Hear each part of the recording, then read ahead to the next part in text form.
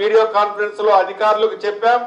స్థానిక నాయకులు అధికారులు ఈ చర్యల పట్ల కూడా శ్రద్ధ తీసుకొని ఎక్కడ ఇరిగేషన్ సెక్టార్ కూడా నష్టం జరగకుండా చూడాలని తెలుసుకుంటాను. ఇంతకు ముందే వీడియో కాన్ఫరెన్స్ జరిపేటప్పుడు నాగార్జున సాగర్ మెయిన్ కెనాల్ కూడా 132 కిలోమీటర్ దగ్గర ఒక మేజర్ బ్రీచ్ అయిందని చెప్తున్నారు. ఉదాహరణకి పాలేరు రిజర్వాయర్ డిశ్చార్జి 80,000 క్యూసెక్కులు ఉంటది. ఇటువంటి పాలేరు రిజర్వాయర్ కి 1,70,000 క్యూసెక్కులు నీరు వస్తుంది పైనుంచి. అంటే కనీ విని ఎరగినంత వరద పైనుంచి వస్తుంది. దానివల్ల పాలేరు రిజర్వాయర్ కి నాగార్జున సాగర్ నీళ్లు రిజర్వాయర్ కి వచ్చే బదులు పాలేరు రిజర్వాయర్ లో ఉన్న నీళ్లే నాగార్జున సాగర్ ద్వారా కెనాల్ ద్వారా రివర్స్ పోయి ఆ బ్రీచ్ లోంచి బయటికి పోతున్నాయి. ఇప్పుడు అనేక నేషనల్ హైవే రోడ్లన్నీ కూడా జామ్ అయి ఉన్నాయి.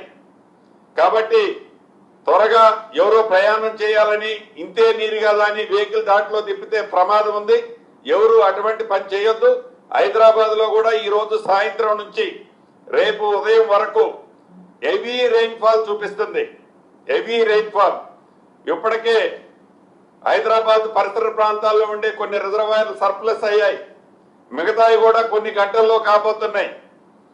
కాబట్టి ఎవరు కూడా ముఖ్యంగా యువత సెల్ఫీల కోసమనో ఇతరత్రో నీరు ప్రవహించే ప్రాంతాల వద్దకి పోవద్దని మనస్ఫూర్తిగా వారిని అభ్యర్థిస్తున్నాను.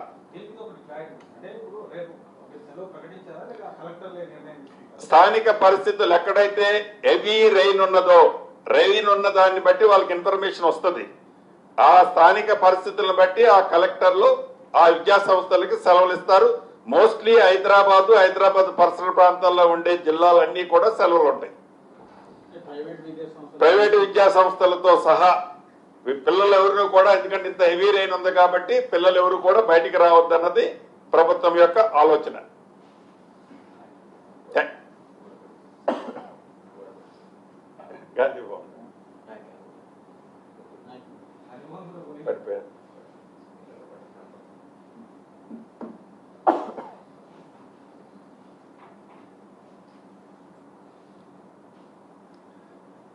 దురదృష్టకరం. ఇప్పుడే ఒక వార్త, నా సొంత నియోజకవర్గం పాలేరు నియోజకవర్గంలో పాలేరు డౌన్ స్ట్రీమ్ లో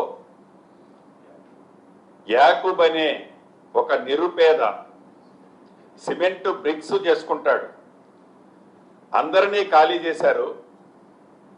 ఆ యాకూబు తన భార్య తన కొడుకు తనొక్కడు చాలా ఎత్తు ప్రదేశంలో ఉన్నాడు. ఇందాక నేను చెప్పినట్టు కనీ విని ఎరగని ఫ్లడ్ వచ్చింది. 1,60,000 అన్నాను.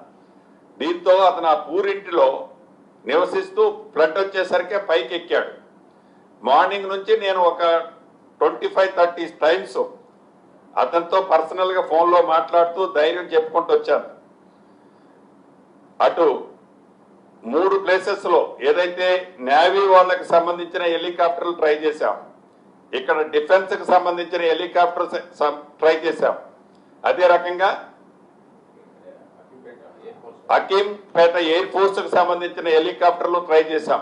లోకల్ రైన్లు హెవీగా ఉన్న కారణంగా ఏ ఒక్కళ్ళు హెలికాప్టర్ టేక్ ఆఫ్ తీసుకోలేము అనే పరిస్థితి ఉంది.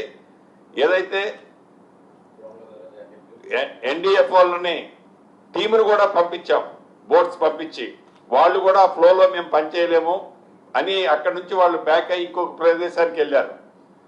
అయితే అక్కడ ఒక డోన్ ఒకటి పక్కన మోతేలో ఉంటే అది 20 kgs వే చేసే డో అని చెప్తే ఆ డోన్ తెప్పించి లైఫ్ జాకెట్స్ ఆ డోన్ ద్వారా ఒక థ్రెడ్ ఒక 20 మీటర్స్ రోప్ని ఏదైతే లైఫ్ జాకెట్స్ ని పంపించాం. అవి కూడా వేసుకున్నారు. వేసుకున్న తర్వాత కూడా నేను వీడియో కాన్ఫరెన్స్ జరిగే ముందు కూడా వాళ్ళతో మాట్లాడాను ధైర్యంగా. ఆ వీడియో చూపించి వాళ్ళ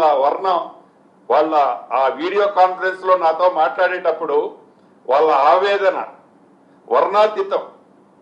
అంటే చావు చనిపోబోతున్నాను అనేది ఆ తల్లి నాతో మాట్లాడి ఆ ఘోష ఇప్పుడు నాకు కనిపిస్తుంది. ఇప్పుడే ఆ గోడ కూలిపోయిందట 2 minutes ముందు. చాలా